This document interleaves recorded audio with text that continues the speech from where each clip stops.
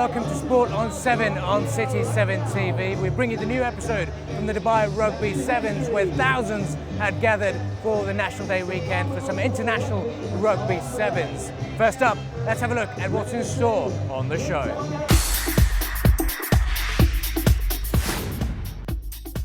On this month's show, we bring you all the major sporting action hosted here in the UAE to bring 2016 to a close. We bring you all the updates and highlights from the Dubai Rugby Sevens. We also celebrate the UAE National Day with some polo before heading to the Jumeirah Golf Estates for the race to Dubai. So let's start the show from the Dubai Rugby Sevens, where fans got to witness some heated contests out here on pitch one, and also got to see some of the stars who took part in this year's Rio Olympics. After some heated battles and a few upsets, it was South Africa who took on Fiji for the men's final, and Australian women and New Zealand women went head-to-head for the coveted Dubai Sevens title. The Seven Stadium this year witnessed a thrilling clash between the two unbeaten sides on a Saturday night after a competitive opening 2 days of the Sevens World Series. The Olympic gold medalist side Fiji had an impressive outing at the Sevens. However, their hopes of a second consecutive victory in Dubai were washed away by the on-field brilliance of the Blitzboks. The final clash began on a powerful note from the South Africans, who showed no mercy by clinching an early lead thanks to Cecile Africa and Branko de Pries. However, Fijian captain Osia Kolonisau fired back to make it 14-7 at half-time. Towards the end, it was a deadlock at 14-all, and 2 tries from the man of the match Chris Dry and Sibelo Senatla took them clear off the Fijians to finish the proceedings off with a 26-14 scoreline.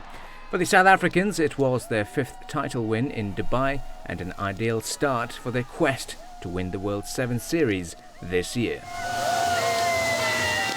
What a way to conclude the Dubai Rugby Sevens, and you earlier mentioned that it's you don't know what to expect with the Fijians, the Olympic gold medalists as well, and your team just went full power the first very minute you scored 2 tries. Yes, first of all, thank the Fiji and their very quality side, and then hats off to our guys who really sticks to what we want to do. I think we kept them under a lot of pressure and we forced a couple of mistakes on them, and then we capitalized from there, and I think later on they start chasing the game and it played into our favor, so really grateful for the win. So very happy with that.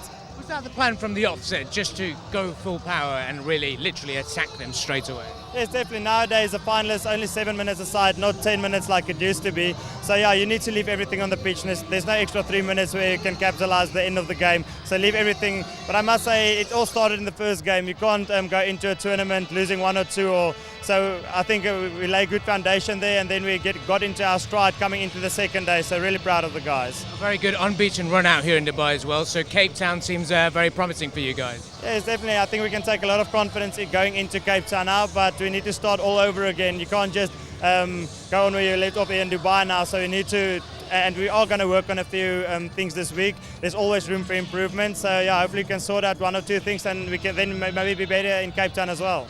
I'm looking forward to the season ahead. Obviously, valuable points coming from Dubai, and it's a great atmosphere here as well, just to keep the boys' momentum up high. Yes, I must say, it almost felt like a second home tournament. A lot of South Africans coming out to support us, and then the crowd overall was just fantastic. And I think for us as a team, we want to finish first on the World Series this year. I think for the last 4 years, we came up 4th, either behind Fiji or New Zealand. So hopefully this will be our year, and if we keep on working hard and do the right things at the right time, maybe this will be our year.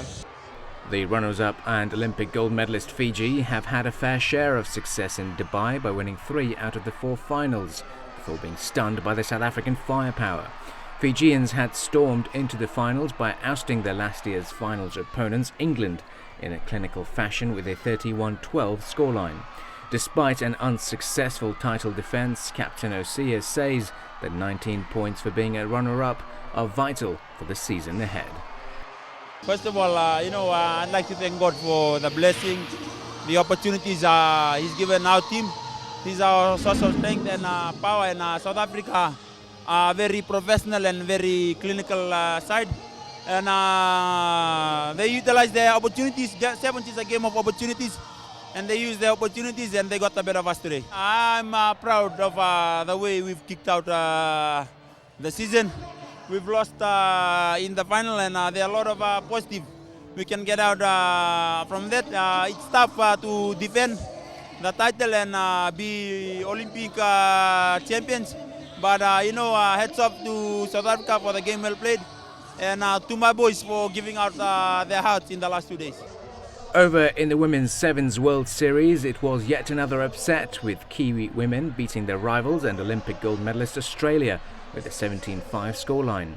Known as the Black Ferns, the Kiwis completely dominated the final, providing limited chances for the Wallabies to gain possession.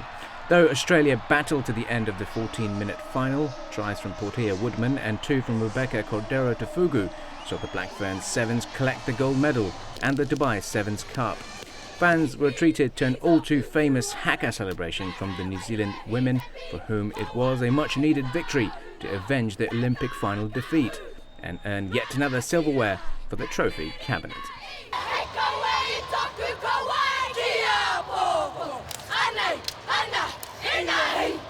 We knew that if we hold on to the ball, they obviously can't score tries, but we knew that when they did have the ball that we had to defend for long facets of play, and we did that, and we ended up winning, which is awesome. And a brilliant haka celebration as well to keep the crowd entertained. Tell us about the idea of getting it done. It's been a long time since we've done the haka. We haven't won a tournament in a long time, so to be able to do the haka in front of our friends, and obviously our family are watching back home, was really exciting for us. To be honest, for me, Dubai is one of my favourite tournaments. You can see around there's so many people that come and support rugby, not just men's but the women's as well, and I can't wait to keep coming back here for years to come. With rugby finally returning to the Olympics in Rio this year, I caught up with the coach of the Olympic gold medalist side Fiji to hear their thoughts about defending the season title and also winning the country's first ever Olympic gold. Within the team, we review our performances. We look at areas we still need to improve at. Obviously, we haven't reached the perfect level. It's always a process for the team, and with the success of the team in the past, I can assure you it's still a work in progress for our side. We've got new players coming into the team who are still growing, and we got blessed to have some of the senior heads who are still helping us grow as a team and perform to the best we can. Well, apart from your senior heads, you've got a very strong fan support, and for them to see the team take part in Olympics, and there's never been an Olympic gold for Fiji, but the rugby team did it, the team that they really love. So what went through the players to be standing on that podium and getting that gold medal? Well, obviously, this team is the people's team. And we've got supporters and fans and family and friends all over the world, and obviously in Fiji. And that's the support that, sort of builds that intrinsic motivation in the players. They play for their families, they play for their friends. Putting on that white jumper means so much for them. It means, the life for these players. And that's the fire that burns in them, that really gives them that energy, to keep working hard in their training and how they prepare. And obviously when they get onto that platform to perform, they deliver. And, with that fan base and the rich history of Fiji Sevens, and these are things that fuel the desire to succeed and perform in any Fiji Sevens player. Talking to us about obviously more medals and awards that you've taken, is that a motivating thing for the players to be, and there have been a few changes in the side as well, but carrying those weights behind them, is that something that pushes them to excel? It's a good question, Success is a powerful elixir, like Ben Ryan used to say, and once you've tasted success, you wanna keep repeating it. So the boys know what it feels like to be successful, and they obviously know the pain that goes in the preparation and the hard yards they need to do. But that success really drives them to want to have even more success. The reason is that it helps their families. At the end of the day, these boys put smiles on faces of people back home, and within their family network, they put food on the table for their families. It means a lot to their villages. It means a lot to the people back home. And obviously this year has been a very challenging year for us as a nation. The boys have come through a lot of peril and disaster. So this is something that fuels their desire to go out and perform. Obviously we will always be challenged in terms of resources and finance. But the talent, the skill, the love, and also the boys have very, very strong beliefs and the spiritual side of things and their faith that really drives them to succeed. And add that on to having special people come into the team like Ben Ryan and their family and friends. This is what helps the team, and that's what makes Fiji Sevens so unique and so special. It promises to be an exciting Rugby Sevens World Series this year, as tournament organisers are hoping to give more teams a chance to qualify for each tournament.